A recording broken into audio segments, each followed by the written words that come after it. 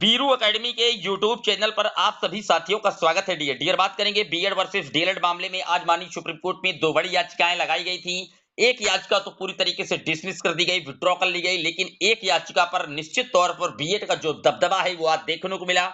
और वो मामला जुड़ा हुआ है मध्य प्रदेश की वर्ग 3 की शिक्षक भर्ती से, जहां पर ट्रांसफर पिटीशन फाइल की गई थी। क्लैरिफिकेशंस को लेकर के याचिका लगाई गई थी मध्य प्रदेश में कि जो जजमेंट आया है 11 अगस्त 2023 का, वो रेट्रो लागू होगा या प्रोस्पेक्टिव लागू होगा। इस पर एक महत्वपूर्ण सुनवाई आज माननीय कोर्ट में लगभग 10 मिनट तक चली। पूरी वीडियो पर अंत तक वॉच कीजिएगा। पहली बार आए सब्सक्राइब कर लीजिएगा। डियर आप देख सकते हैं, जो पहला मैटर लगाया गया था वो रिव्यू के रूप में था, वेस्ट बंगाल वाला मैटर था, और वहां पर इस तरीके की जो प्रेयर थी वो की गई थी। लेकिन फिलहाल उस याचिका को ऑनरेबल जस्टिस अमृत बोस और ऑनरेबल जस्टिस संजय कुमार जी ने सीरियल नंबर 6 पर डिस्पोज कर दिया। यहाँ पर आप देख सकते हैं, ये कोर्ट का स्टेटस आपकी स्क्रीन पर लगा हुआ है। यहाँ पर डिसमिस्ड एंड विथड्रॉ कर लिया गया, यानी कि वो याचिका तो निस्तारित कर दी गई, तुरंत ही वहां पर डिसमिस कर दिया गया। लेकिन जो मैटर मध्य प्रदेश का था डियर, एमपी वर्ग 3 का, वो उस मैटर पर आप आज एक महत्वपूर्ण सुनवाई देखने को मिली। काफी लंबी समय तक सुनवाई चली, 10 से 12 मिनट तक माननीय सुप्रीम कोर्ट में यह मैटर चला। वो मैटर भी जस्टिस अनिरुद्ध बोस जी और जस्टिस संजय कुमार जी के बेंच पर सीरियल नंबर 23 पर आज मामला सुना गया। यहां पर बीएड की तरफ से, आप कहें चयनित बीएड की तरफ से, पूरी तरीके से आज भारत के अटॉर्नी जनरल तुषार मेहता जी उपस्थित हो गए, जो कि आज तक पूरे इस मैटर पर कभी आए ही नहीं थे। जब मैटर राजस्थान से होता हुआ सुप्रीम कोर्ट पहुंचा था तब भी वो नहीं थे, लेकिन आज वो पहुंचे। क्यों पहुंचे?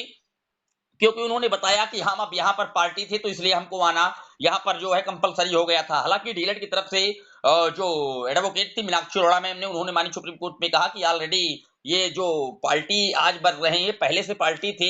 जब 11 अगस्त 2023 का जजमेंट रिजर्व हुआ था तो वहां पर माननीय सुप्रीम कोर्ट ने सभी को कहा था कि आप अपना अपना जो पक्ष है, आर्गुमेंट्स, जो एविडेंस है वो लगाइए। तब ये कहा थे, इस तरीके की तमाम दलीलें वहां पर दी गई।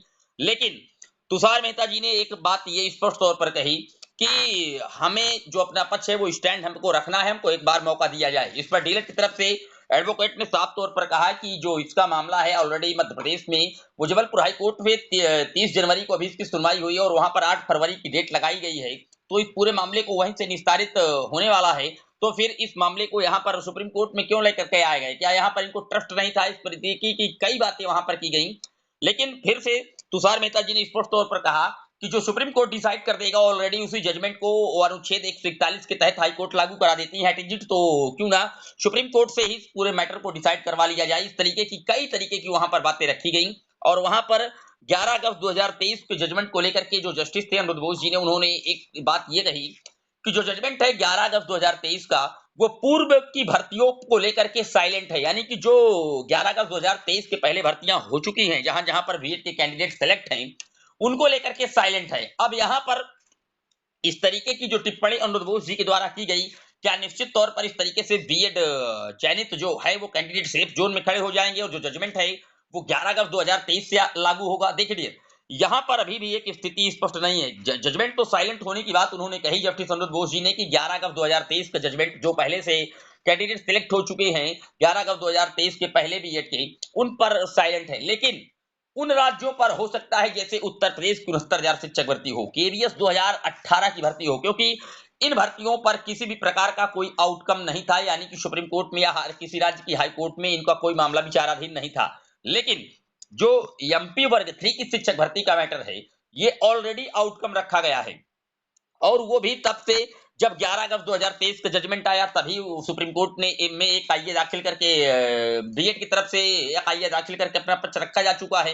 ये सारी बातें आप जानते हैं। जबलपुर हाई कोर्ट में इसके लगातार मैटर चल रहा है। इसी तरीके से छत्तीसगढ़ में भी मैटर है।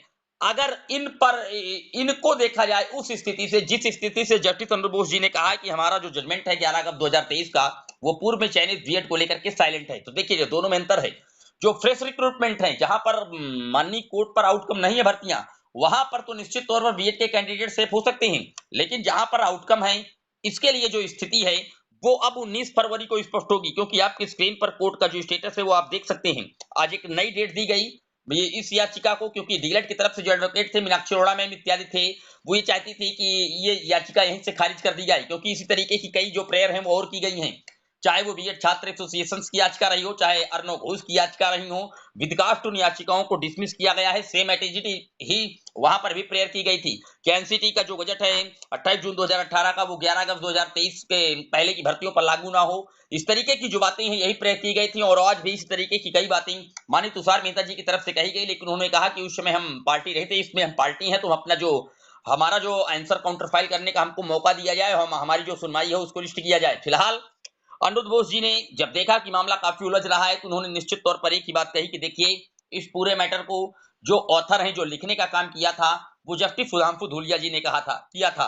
तो क्यों ना ही इस पूरे मैटर को उन्हीं के पास भेजा जाए और वहीं से क्लैरिफाई हो जाए कि जो जजमेंट है वो पूर्व की भर्तियों पर प्रभावी होगा या 11 अगस्त 2023 के बाद की भर्तियों पर लागू होगा, या जो भर्तियां आउटकम है उन पर किस तरीके से डिसीजन लिया जाएगा, चाहे वो छत्तीसगढ़ राज्य की बात की जाए, चाहे मध्य प्रदेश की बात की जाए, चाहे बिहार की बात की जाए, जहां पर अभी आपने देखा कि बिहार में पटना हाई कोर्ट के द्वारा 6वें फेज में जो बीएड के कैंडिडेट चयनित थे, लगभग 20,000 कैंडिडेट, उनको बाहर करने का आदेश दिया गया।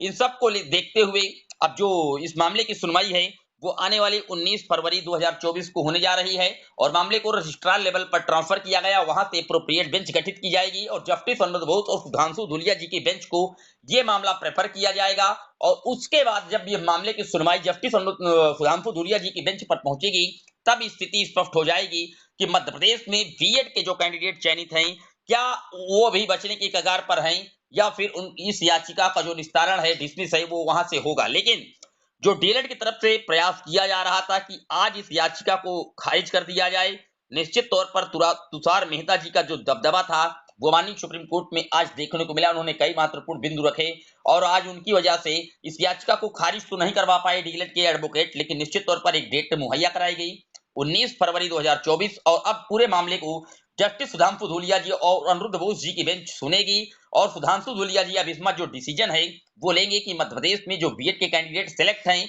जो सेवाएं दे रहे हैं, उनका भविष्य क्या होगा। पूरे वीडियो पर आपकी क्या राय है कमेंट बॉक्स में जरूर मेंशन कीजिएगा। पहली बार आए सब्सक्राइब कर लीजिएगा। ऑथेंटिक अपडेट आपको लगातार इस चैनल पर प्रोवाइड कराई जाती रहेगी। जय हिंद, वंदे मातरम।